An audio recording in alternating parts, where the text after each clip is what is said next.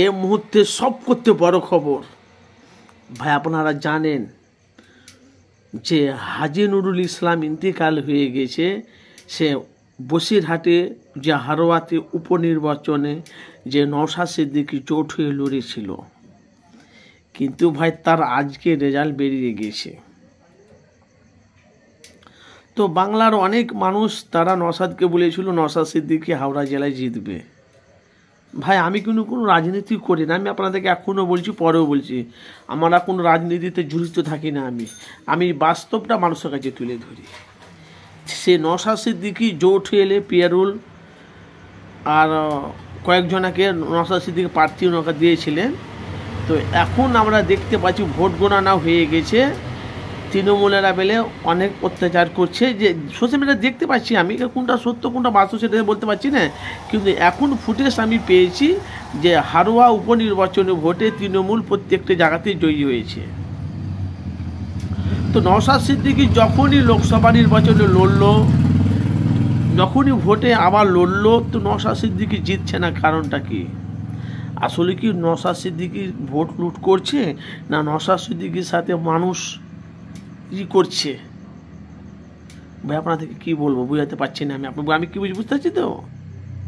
না নওশাদ সিদ্দিকীর সাথে গাদ্দারি করছে না কি করছে আপনারা বলে? আমি মুখে বলছি নওশাদ সিদ্দিকীকে ভালোবাসি, নওশাদ সিদ্দিকীর পেছনে ঘুরছি, কিন্তু নওশাদ সিদ্দিকীকে ভোট দেওয়া হয় না।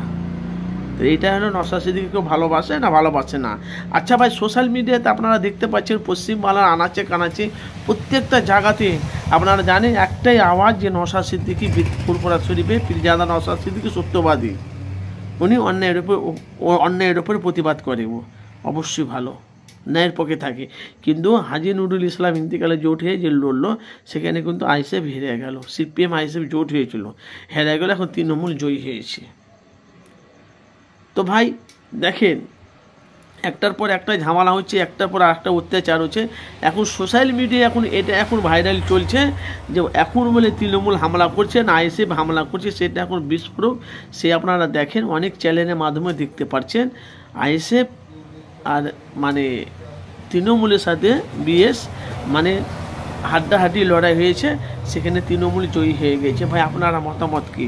আপনারা নওশাদ সিদ্দিকী ভাইজানকে ভোট দেননি না ভোট কিছু হয়ে গেছে? আপনারা কমেন্ট বক্সে আপনাদের মতামত জানাবেন। যে অনেক মানুষ তারা বলে নওশাদ সিদ্দিকী হারোয়াতে জিতবে, আবার ফের অনেক মানুষ তারা বলেছে। এখন সেটা এখানে দেখা গেল এখন তৃণমূল ওই হারোয়াতে যে হাজী নুরুল ইসলাম ইন্তেকাল হয়ে গেছে, এখন তৃণমূল ওখানে কটা 7টা না কটা এতে মানে জয়ী হয়ে গেছে। ভাই আপনারা মতামত জানাবেন কি করে এটা অসম্ভব আর কি করে সম্ভব হলো? অবশ্যই বাংলার মানুষ অনেক তারা নওশাদকে চেয়েছিল, এখন তৃণমূল ওখানে জিতে গেছে। এর কারণটা কি আপনার আমাকে মতামত